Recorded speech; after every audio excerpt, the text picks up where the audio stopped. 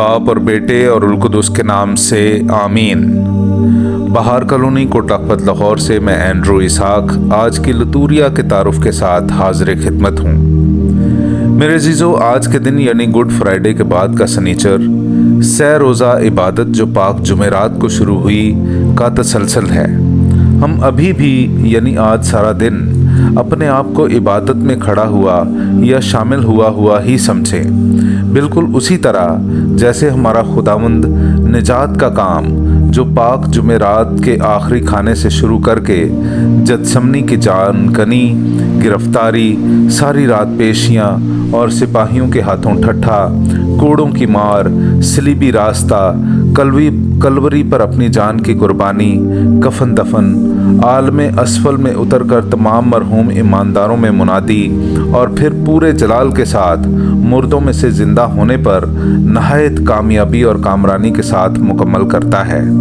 हम भी पाक माँ कैथलिक कलीसिया के साथ अपने अपने काहिन की रहनुमाई में खुदावंद अपने खुदा के साथ इस सफ़र में शामिल हैं। आज के दिन हमारा खुदावंद जिस्मानी तौर पर तो कब्र में है, लेकिन रूहानी तौर पर वो आलम असफल में, बरज़ख में या एराफ में मरहूम ईमानदारों की रूहों में मुनादी में मसरूफ़ है और उनके इंतज़ार के ख़त्म होने की बशारत दे रहा है।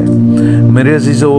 आज के दिन के लतूरिया में शब बेदारी की इबादत है और तमाम दिनों की तरह रोज़ाना की अंजील या तलावत नहीं है जो हम अमूमन सुबह सवेरे की इबादत में सुनते हैं। शब बेदारी की लतूरियाई इबादत में पाक माँ कैथलिक कलीसिया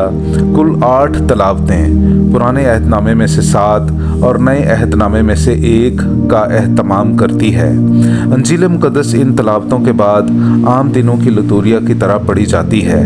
ये 8 तलावतें हमें बिल तरतीब यूँ तालीम देती हैं कि खुदा ने जो कुछ खल्क किया था उसे देखा और वाकई वो बहुत अच्छा था। तकवीन पहले बाब में से, ईमान में हमारे बाप इब्राहिम की कुर्बानी, तकवीन की किताब उसके 22वें बाब में से, बनी इसराइल समुंदर के बीच खुश्की पर चले, खुरूज की किताब उसके 14वें बाब में से, खुदावंद तेरे फिदिया देने वाले ने अबदी शफकत से तुझ पर रहम किया है,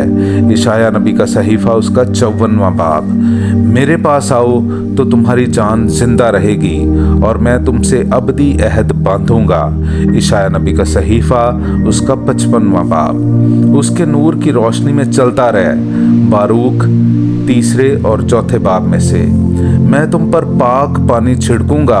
और मैं तुम्हें एक नया दिल दूंगा, हिजकियाल नबी का सहीफ़ा उसका 36वां बाब, मसीह मुर्दों में से ज़िंदा किया जाकर फिर मरने का नहीं, रोमियो का ख़त उसका 6वां बाब। आज की अंजील मुक़द्दस में हमें यीशु के ज़िंदा होने की बशारत दी जाती है। वो मुर्दों में से जी उठा है और अब तुमसे पहले जलील को जाता है। अंजील मुक़द्दस बाब मुताबिक मुक़द्दस मत्ती उसका 28वां बाब।